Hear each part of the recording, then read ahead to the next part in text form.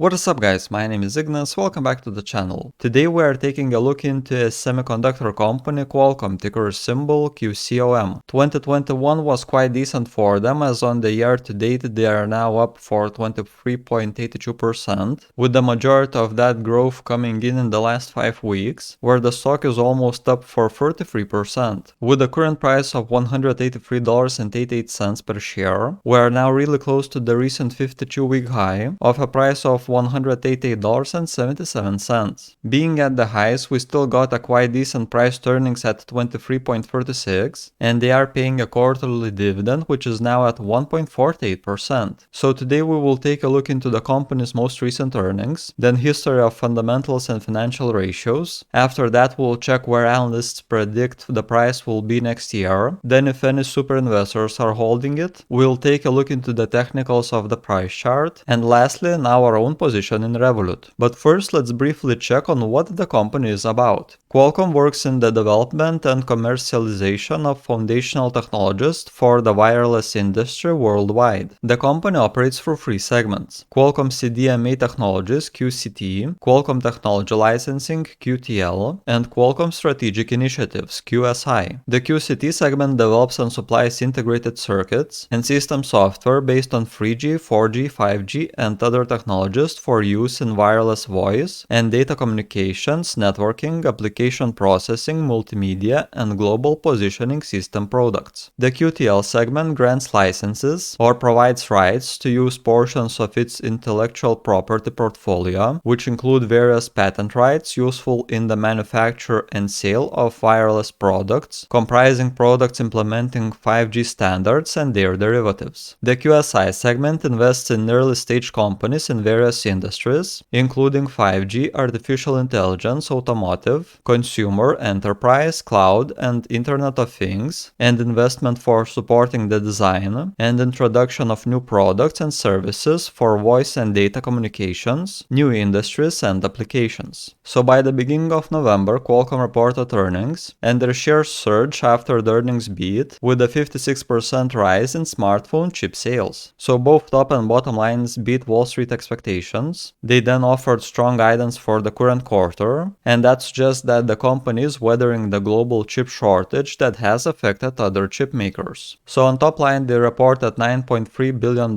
in revenue for the quarter versus the expected $8.86 billion, and that was 43% year-over-year growth. And then on bottom line that was earnings of $2.55 per share versus the predicted $2.26, which was up 76% year-over-year. The QCT chip business reported $7.7 billion in revenue, which is up 56% year-over-year, and this growth comes amid problems with the supply of many semiconductors needed to build computers and other devices. It shows Qualcomm has weathered the global shortage, which has hurt companies such as Intel, AMD, and Apple, and that its strategy of using multiple chip factories has resulted in a stronger pipeline of chip supply. Qualcomm's automotive business grew 44% to $270 million, and during the quarter they announced several partnerships with automakers such as General Motors. Also, besides paying dividends, they repurchased $1.54 billion worth of its own shares during the quarter. So the report was great and recently growth is there. But now let's check if revenues have been increasing for the last 5 years. So back in 2016, revenue for the trailing 12 months was at $23.5 billion US. Then in 2017 that was a bit lower at $22.2 billion. 2018 quite the same at $22.6 billion. 2019 a small increase to $24.2 billion. 2020 a decrease to $23.5 billion. And recently we started getting a lot of growth, currently at $33.56 billion.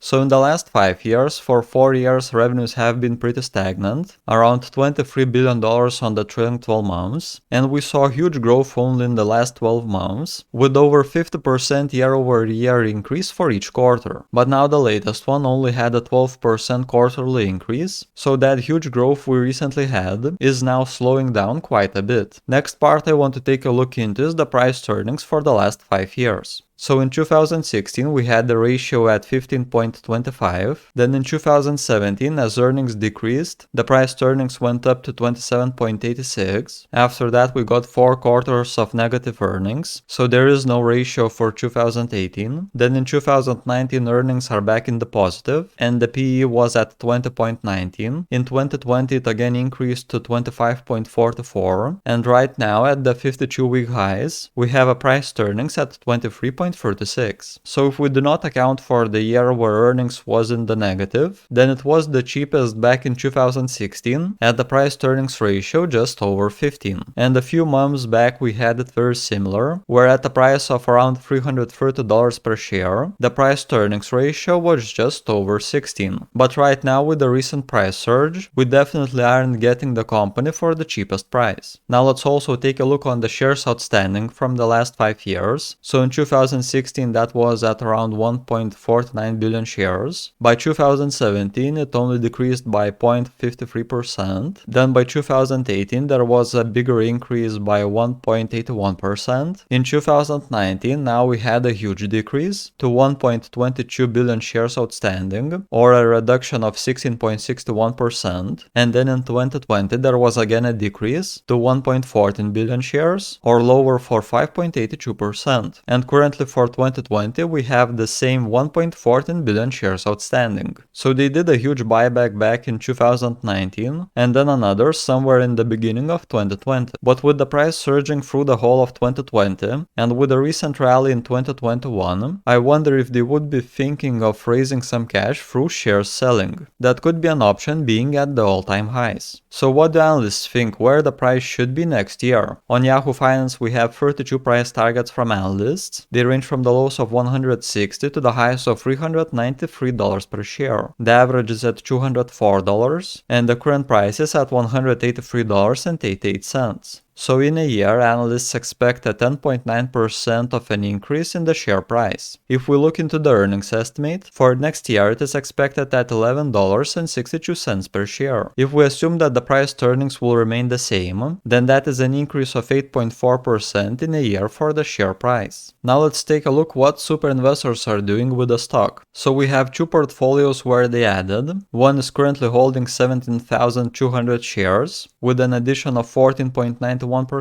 and then another portfolio is holding 35,408 shares, where they more than doubled down with an addition of 133.92%. That is a huge increase on the position, but overall it makes only 0.05% of their whole portfolio. But there is another manager who is selling, so they currently own 490,000 shares, and they did a reduction on it for 4.48%. So 5% from 500,000 is at around 20,000 shares, whereas on the increase of 133%, they only added around 18,900 shares. So this huge addition on a small portfolio had less impact than the small reduction on a portfolio position of around 500,000 shares. At least that the largest fund that we got here is currently holding 675,000 shares and is recently not adding but also not reducing on this position. There is a bit of troublesome part from the insider buying selling in the last 6 months, so it seems that there haven't been any buying from the insiders, but they did 7 sells at the total of $8,117,000. If we assume that they could have sold anywhere between $120 and $150 per share, then at the current price of over $108, I think it's safe to assume that even more selling could occur in the near term. We'll see how the price goes. Now let's take a look into technicals. So on November 3rd, just before earnings, the price closed at $138 per share. The relative strength index was just under 70 at 66.6, and 12-day moving average of the MACD was just over the 26th one. Then after earnings the price jumped, closing at $156. Relative strength index overbought at 83.5, and the gap between the MACD lines was on the increase. Now on November 16th we got a bullish crossover in the moving average lines, and that was a big green candle opening at $168 and closing at $181 per share. Relative Strength Index was still over 80,